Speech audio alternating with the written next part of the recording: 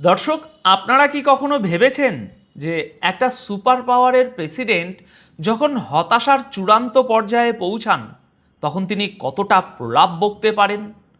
আপনারা কি জানেন যে আমেরিকা আজ কিভাবে ইরানের সাথে কথা বলতে গিয়ে খেই হারিয়ে ফেলেছে? আজকে আমাদের আলোচনার একেবারে কেন্দ্রে থাকছে ডোনাল্ড ট্রাম্পের নতুন যুদ্ধের হুঙ্কার, ইরানের চোখ ধাঁধানো পাল্টা জবাব, হরমুজ প্রণালীতে আবারও হঠাৎ করে জ্বলে ওঠা আগুন। আসুন, এখানে একটা জিনিস খুব মনোযোগ দিয়ে বুঝতে হবে দর্শক। পশ্চিমা বিশ্ব আজ এমন একটা ফাঁদে পা দিয়েছে যেখান থেকে বের হওয়ার কোনো রাস্তা তাদের কাছে নেই। দর্শক, প্রেক্ষাপটটা আগে একটু ক্লিয়ার করি। দেখুন, পুরো পশ্চিমা বিশ্ব ভেবেছিল ইরান এবার ভেতর থেকে ভেঙে পড়বে। তারা ভেবেছিল লিডারকে সরিয়ে দিলেই বুঝি সিস্টেম কোল্যাপস করবে। এরপর একটা 60 দিনের যুদ্ধবিরতি আনা হলো যাতে ডিপ্লোম্যাসির নামে নিজেদের গোছানোর সময় পাওয়া যায়। কিন্তু দর্শক, বাস্তবে কি হলো এর ফল? খামেনির জানা যায় লাখো কোটি মানুষের যে বাঁধ ভাঙা ঢল নামল তা পশ্চিমাদের মেরুদণ্ডে রীতিমতো হিমস্রোত বইয়ে দিয়েছে। জুরিক থেকে ওয়াশিংটন সব জায়গায় পেন্টাগনের অ্যানালিস্টরা বসে বসে ঘামছেন এই ভেবে যে তারা তো একটা দেশের নেতাকে মেরেছে, কিন্তু সেই দেশের কোটি কোটি মানুষের ভিতরে যে অ্যান্টি ওয়েস্ট আগুন জ্বালিয়ে দিয়েছে, সেই জ্বলন্ত আগুনটা নেভাবে কে? আর ঠিক এই নার্ভাসনেস থেকেই ডোনাল্ড ট্রাম্প আজ তার ওভাল অফিস থেকে নতুন করে গর্জে ওঠার নাটক শুরু করেছেন। আন্তর্জাতিক সংবাদ মাধ্যম রয়টার্স আজ 7ই জুলাই সকালে একটি চাঞ্চল্যকর খবর প্রকাশ করেছে, যার শিরোনাম হলো Trump says there will either be a deal with Iran or US will finish the job. একই দিনে অর্থাৎ আজ 7ই জুলাই ইসরায়েলি গণমাধ্যম জেফিড তাদের শিরোনাম করেছে negotiate or face annihilation, Trump signals quick military end game if Iranian leadership rejects accord. খবরের মূল কথা হলো ডোনাল্ড ট্রাম্প আজ ওভাল অফিসে বসে সাংবাদিকদের বলেছেন আমেরিকা হয় ইরানের সাথে একটা চুক্তিতে পৌঁছাবে, আর না হয় তারা কাজ শেষ করে দেবে। ট্রাম্পের ভাষায় এই কাজ শেষ করাটা নাকি খুব একটা কঠিন কিছু না। তিনি রীতিমতো দম্ভ করে বলেছেন আমেরিকা চাইলে মাত্র 1 ঘন্টার মধ্যে ইরানের সমস্ত ব্রিজ উড়িয়ে দিতে পারে, তাদের এনার্জি সাপ্লাই বা বিদ্যুৎ কেন্দ্রগুলো ধ্বংস করে দিতে পারে। ট্রাম্প আরও বলেছেন যে তিনি নাকি চুক্তি করতেই বেশি আগ্রহী, কারণ তিনি 9 কোটি 10 লক্ষ ইরানি নাগরিকের কোনো ক্ষতি করতে চান না।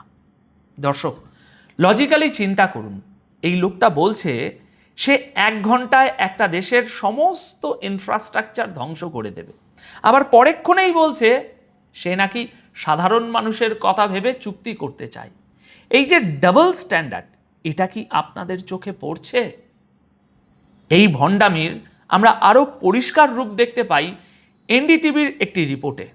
এনডিটিভিতে আজ 7ই জুলাই প্রকাশিত খবরের শিরোনাম হলো Trump's finish the job warning to Iran amid peace টক্স।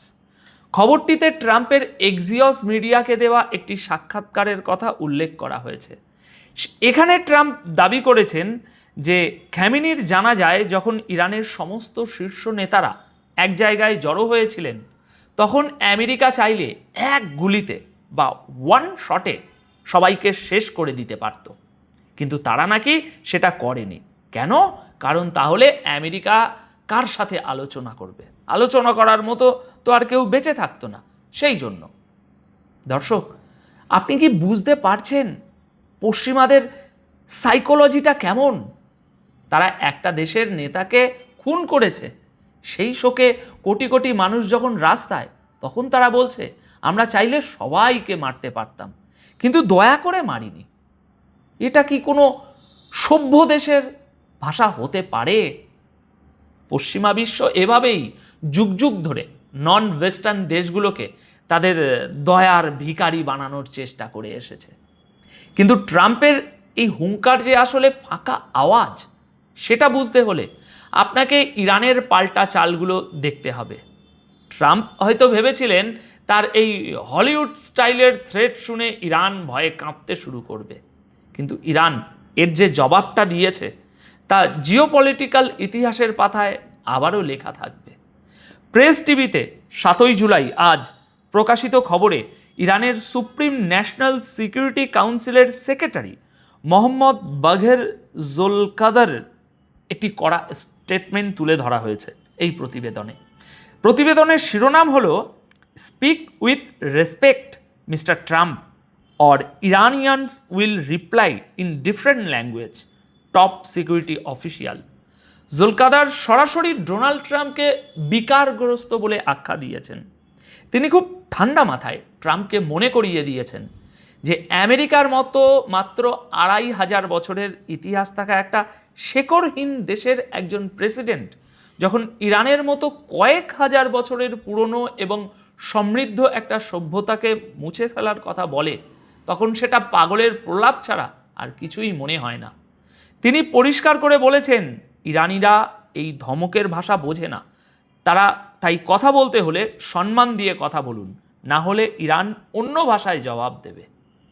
দর্শক, এখানেই হচ্ছে মাল্টিপোলার ওয়ার্ল্ডের আসল সৌন্দর্য। আজ থেকে 20-30 বছর আগে হলে আমেরিকার হুমকির পর যে কোনো দেশ ভয়ে কুঁকড়ে যেত, কিন্তু আজ সময় বদলেছে। রাশিয়া, চীন, ব্রিক্স এবং মধ্যপ্রাচ্যের এই নূতন মেরুকরণে ইরান একা নয়। তারা জানে আমেরিকার এই হুমকির পিছনে আসলে দুর্বলতাটা কোথায়। আর্মেনিয়াতে অবস্থিত ইরানি দূতাবাস এক্সে একটি পোস্ট করেছে, সেটি এনডিটিভির এই 7 তারিখের রিপোর্টেই বলা হয়েছে। তারা লিখেছে, মানুষকে হত্যা করা যায় কিন্তু আদর্শকে নয়। আপনারা আয়াতুল্লাহ খামেনিকে হত্যা করেছেন, কিন্তু বাস্তবে আপনারা একটি পারফিউমের বোতল ভেঙে দিয়েছেন যার সুগন্ধ এখন সব জায়গায় ছড়িয়ে পড়েছে। দর্শক, এই একটা লাইনের গভীরতা চিন্তা করুন। আমেরিকা ভেবেছিল খামেনিকে সরালে তারা মিডল ইস্টে তাদের আধিপত্য আবারও কায়েম করবে, কিন্তু এখন আল জাজিরা এবং ইরানের রাষ্ট্রীয় টিভি IRB এর ফুটেজে দেখা যাচ্ছে খামেনির মৃতদেহ যখন হেলিকপ্টারে করে পবিত্র কুম শহরের মসজিদে নিয়ে যাওয়া হলো তখন সেখানে লাখো মানুষের যে সমুদ্র তৈরি হয়েছে তা আমেরিকার বুকে কাঁপন ধরিয়ে দিয়েছে। এই কোটি কোটি মানুষের যে সেন্টিমেন্ট, এই যে পারফিউমের বোতল ভেঙে সুগন্ধ ছড়িয়ে পড়ার বক্তব্য, এটাই হলো সেই অ্যাসিমেট্রিক পাওয়ার যা আমেরিকা কোনো দিন তাদের $1 ট্রিলিয়ন অস্ত্র দিয়ে ধ্বংস করতে পারবে না। কিন্তু আসল খেলাটা শুধু কথায় সীমাবদ্ধ নেই।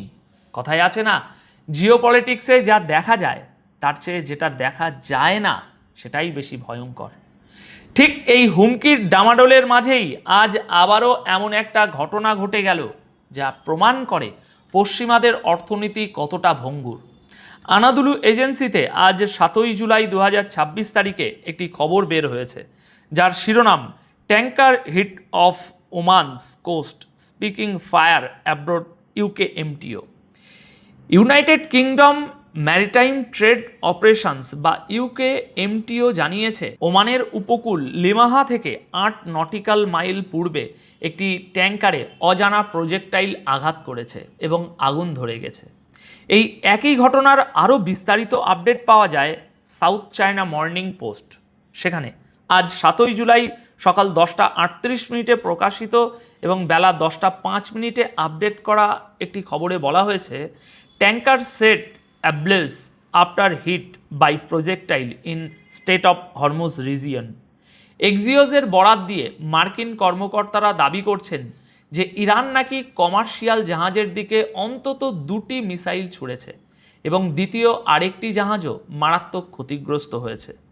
অর্থাৎ আজ আবারও হরমুজ প্রণালীতে নতুন করে জাহাজে হামলা শুরু হয়ে গেছে। এখন কে করেছে, কিভাবে করেছে সে নিয়ে এখনও কিছু কনফার্ম খবর জানা যায়নি, তবে হামলা হয়েছে এটা 100% নিশ্চিত। এবার পুরো ডটগুলো কানেক্ট করুন দর্শক। একদিকে আমেরিকা বলছে সিজফায়ার চলছে, তারা চুক্তি করতে চায়। অন্যদিকে হরমুজ প্রণালীতে পুরো দুনিয়ার অপরিশোধিত তেলের 5 ভাগের 1 ভাগ যেখান দিয়ে যায় সেখানে তেলের ট্যাঙ্কার জ্বলছে আবারও। আমেরিকা গত মাসে একটা মেমোরেন্ডাম অফ আন্ডারস্ট্যান্ডিং সই করে এই রুটটি খোলার একটা আপ্রাণ চেষ্টা করেছিল, কিন্তু ইরান পরিষ্কার জানিয়ে দিয়েছিল যুদ্ধপূর্ব অবস্থায় হরমুজ প্রণালীতে ফেরার কোনো সুযোগ নেই। ইরানের ঠিক করে দেওয়া রুটের বাইরে গিয়ে চললে খবর আছে। তাই এখানে একটা জিনিস খুব মনোযোগ দিয়ে বুঝতে হবে, এই যে তেলের ট্যাঙ্কারে আগুন, এটা শুধু কোনো জাহাজে আগুন নয়, এটা পশ্চিমাদের গ্লোবাল ইকোনমির লাইফ লাইনে আগুন।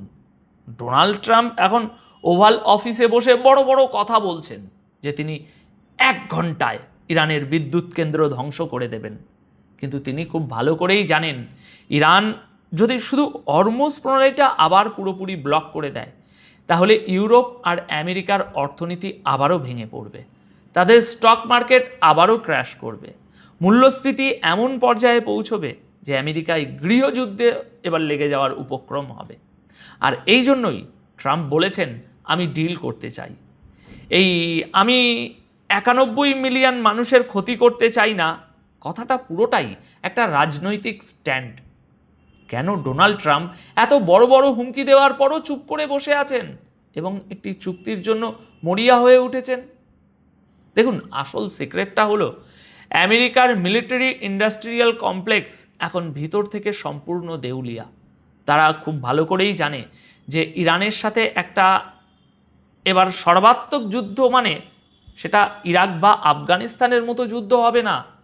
ইরানের কাছে রয়েছে বিশ্বের অন্যতম শক্তিশালী মিসাইল প্রোগ্রাম। আমেরিকা যদি ইরানের একটা ব্রিজও ওড়ায়, তাহলে ইরান শুধু হরমুজ প্রণালী বন্ধ করবে না, বরং মধ্যপ্রাচ্যে অবস্থিত আমেরিকার সমস্ত বেসগুলো, সেটা বাহরাইন হোক, কাতার হোক বা জিবুতি হোক, সব জায়গায় বৃষ্টির মতো মিসাইল পড়বে। এবং সবচেয়ে বড় কথা, রাশিয়া এবং চীন এই যুদ্ধে এবার আর নীরব দর্শক হয়ে বসে থাকবে না। এই মাল্টিপোলার অ্যাক্সিস এখন আমেরিকার যে কোনো হঠকারী সিদ্ধান্তের জন্য ওত পেতে বসে আছে। ট্রাম্পের এই হুঙ্কারগুলো আসলে ইরানের উদ্দেশ্যে নয়, এই হুঙ্কারগুলো তার নিজের দেশের ভোটারদের উদ্দেশ্যে এবং ইসরায়েলকে শান্ত রাখার জন্য একটা ড্যামেজ কন্ট্রোল মেকানিজম মাত্র। আমেরিকা জানে তারা মাঠে হেরে গেছে, এখন তারা শুধু টেবিলে বসে সম্মানজনক একটা এক্সিট রুট খুঁজছে। ইরান যখন বলেছে যে 2500 বছরের শেকড়হীন একটা দেশ কয়েক হাজার বছরের প্রাচীন সভ্যতাকে মুছে ফেলার হুমকি দেয়, এটা আসলে শুধু একটা ডায়লগ ছিল না, এটা ছিল পশ্চিমাদের আইডেন্টিটি ক্রাইসিসের উপর একটা সাইকোলজিক্যাল অ্যাটাক, ডাইরেক্ট অ্যাটাক। পশ্চিমাদের কাছে হয়তো প্রযুক্তি আছে, কিন্তু তাদের কাছে সেই ধৈর্য এবং মাটির সাথে সেই শেকড়ের টান নেই, যা ইরানের কোটি কোটি সাধারণ মানুষের আছে। খামেনির মৃতদেহ যখন কুম শহর থেকে ইরাকের নাজাফ এবং কারবালায় নিয়ে যাওয়া হবে, তখন পুরো শিয়া বিশ্ব যেভাবে ঐক্যবদ্ধ হবে, সেটা আমেরিকার থিঙ্ক ট্যাঙ্কগুলোর কল্পনারও বাইরে। তারা একটা পারফিউমের বোতল ভেঙেছে ঠিকই, কিন্তু সেই সুগন্ধে এখন পুরো গ্লোবাল সাউথ জেগে উঠেছে এই পশ্চিমা ভণ্ডামির বিরুদ্ধে। দর্শক, জিওপলিটিক্সের দাবার বোর্ডে আমেরিকা এখন তাদের রানীকে বাঁচাতে গিয়ে একের পর এক বোর্ডে হারাচ্ছে। ট্রাম্পের এই যে ফিনিশ দ্য জব আসলে ইরানের জন্য নয়, হয়তো পশ্চিমা আধিপত্যের ফিনিশ লাইনটাই এখন আমরা দেখতে পাচ্ছি। হরমুজ প্রণালীতে জ্বলতে থাকা ট্যাঙ্কারের আগুন আসলে আমেরিকার পেট্রোডলার সাম্রাজ্যের পতনের আগুন।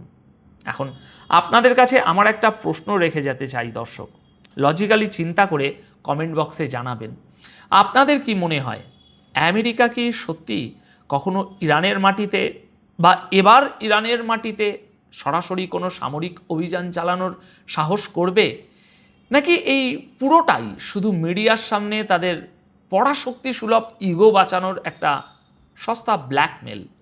আপনাদের মূল্যবান মতামত অবশ্যই কমেন্ট সেকশানে জানাবেন। আপাতত এই প্রতিবেদন তাহলে এ পর্যন্তই। সবাই খুব ভালো থাকবেন, সুস্থ থাকবেন।